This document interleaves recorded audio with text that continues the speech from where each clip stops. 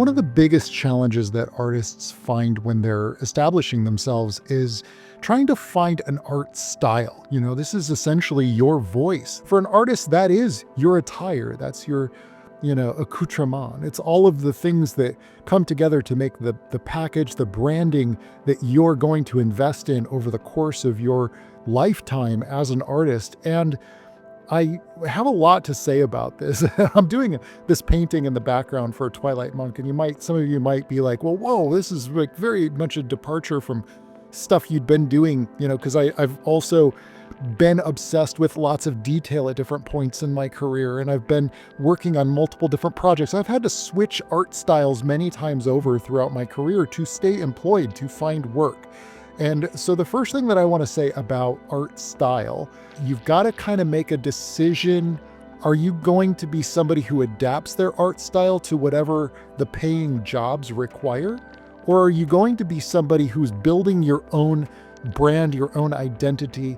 And if you even have the capacity to be able to do this. And I don't want to stress anybody out, but it is a challenging thing. This is something that it's like, you're committing the rest of your life. It's like getting married. It's like you don't jump into that, half-assed. You really got to calculate some things. So this is why this is a topic that even 30 years after I started my art career, I'm still kind of asking myself questions about, like, do I want to go with this other art style for this new project, for example? And I have the ability to kind of switch styles because I had to. There were many times when I was working on a project for a game studio, and I was an employee at the studio, and they were like, hey, we're doing this new project, but it's a little bit more of a dark fantasy style game. Do you still want to be a part of it? And I'm like, well, I can challenge myself, and I certainly don't want to be unemployed. I had a mortgage at the time. So it was very much sink or swim.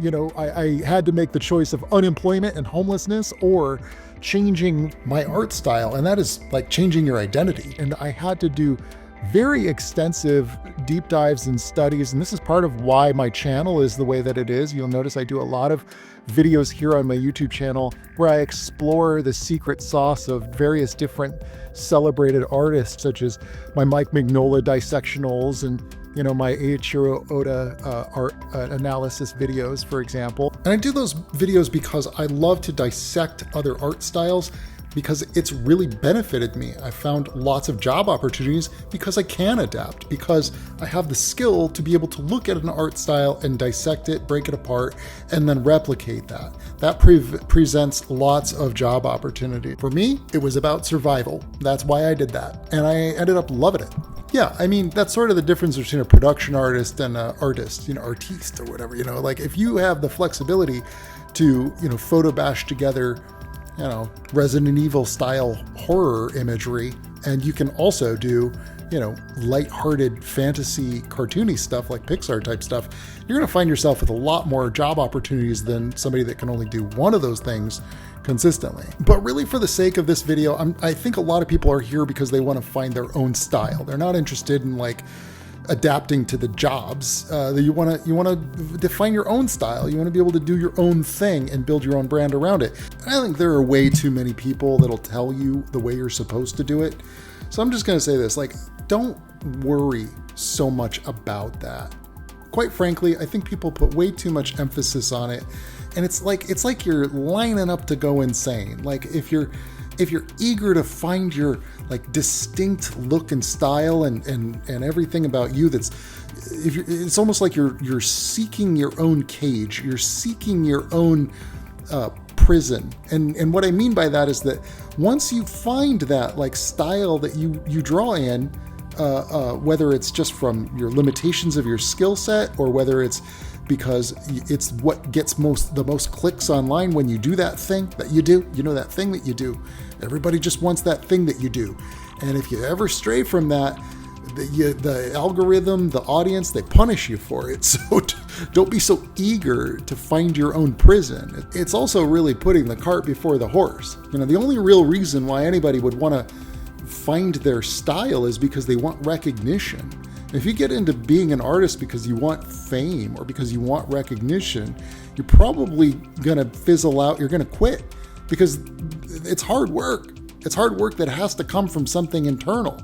It has to come from you loving what you're doing every day. So the only real advice that I can give you is don't draw in art styles that you hate, and instead scour the world looking for art styles that can become part of your totem. And what I mean by totem is it's like those are the things that you always gravitate towards. For example, I realized a few years ago, yes, I'm capable of drawing very realistic, photorealistic, gothic horror, but I don't want to do that. It doesn't bring me joy the way that drawing something that's a little bit more stylized or more cartoony or has certain emphasized proportions will do. That's really satisfying to me. Drawing very expressive characters has been very satisfying to me. It has a lot of emotion. Doing certain color palettes and colors that work in a certain way together, those things, they become like that's your clothing, that's your hairstyle, that's your, it's how you're presenting yourself. And it's like you do it not because you want people's approval.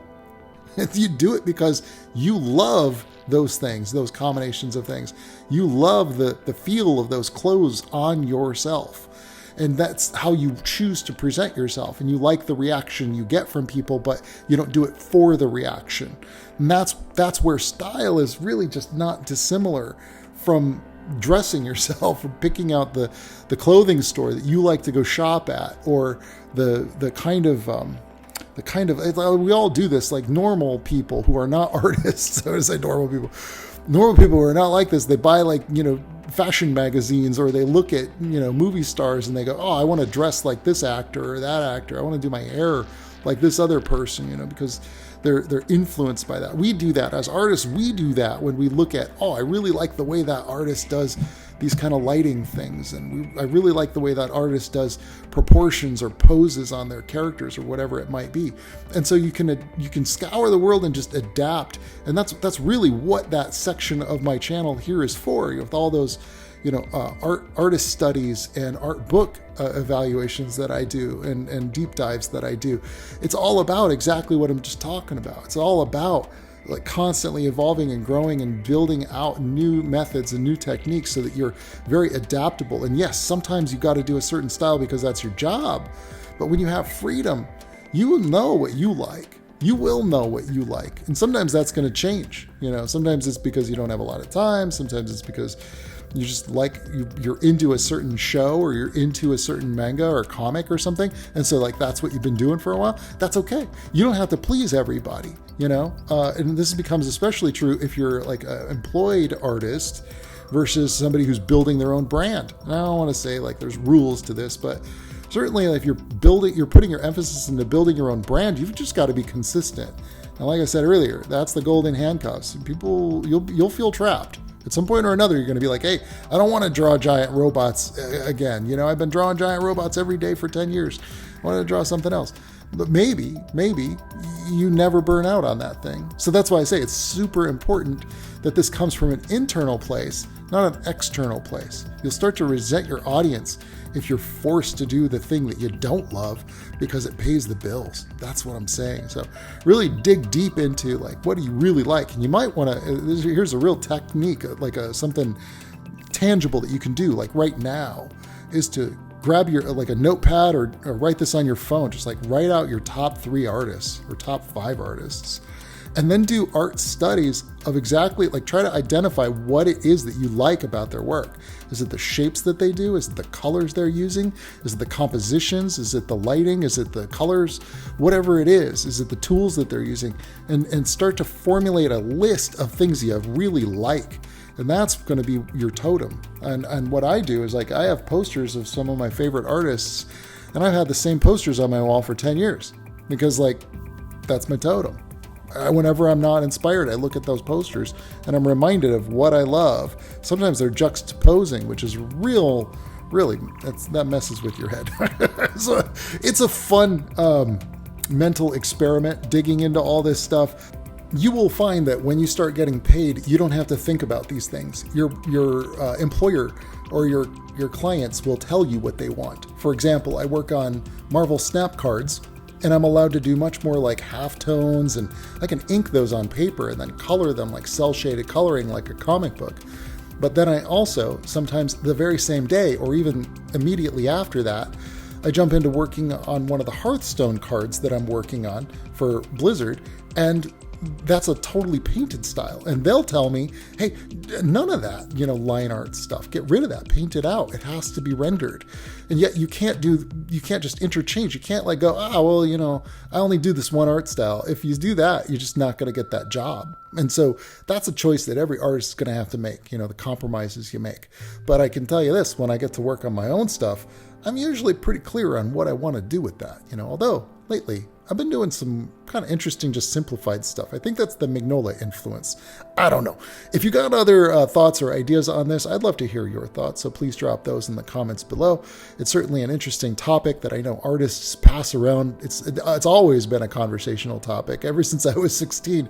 All those years ago, just getting started in comic books, my friends and I were like, oh man, my new art style is this. We'd come back from our summer break, check out my new art style. It was always very exciting to sort of try it on like a new suit, yeah, that's my new identity. That's who I am. And so it's a fun sort of internal experiment of self-discovery as well. So anyway, I wish you luck on your journey as an artist. I have tons of resources here on my YouTube channel that dig deep into various different art styles of famous artists and also teach you techniques on digital art painting. If you're just getting started with digital art, highly recommend you check out my free digital artist starter kit over on my Gumroad channel. Don't forget to subscribe here, and I will see you guys in the next video. All right, ciao.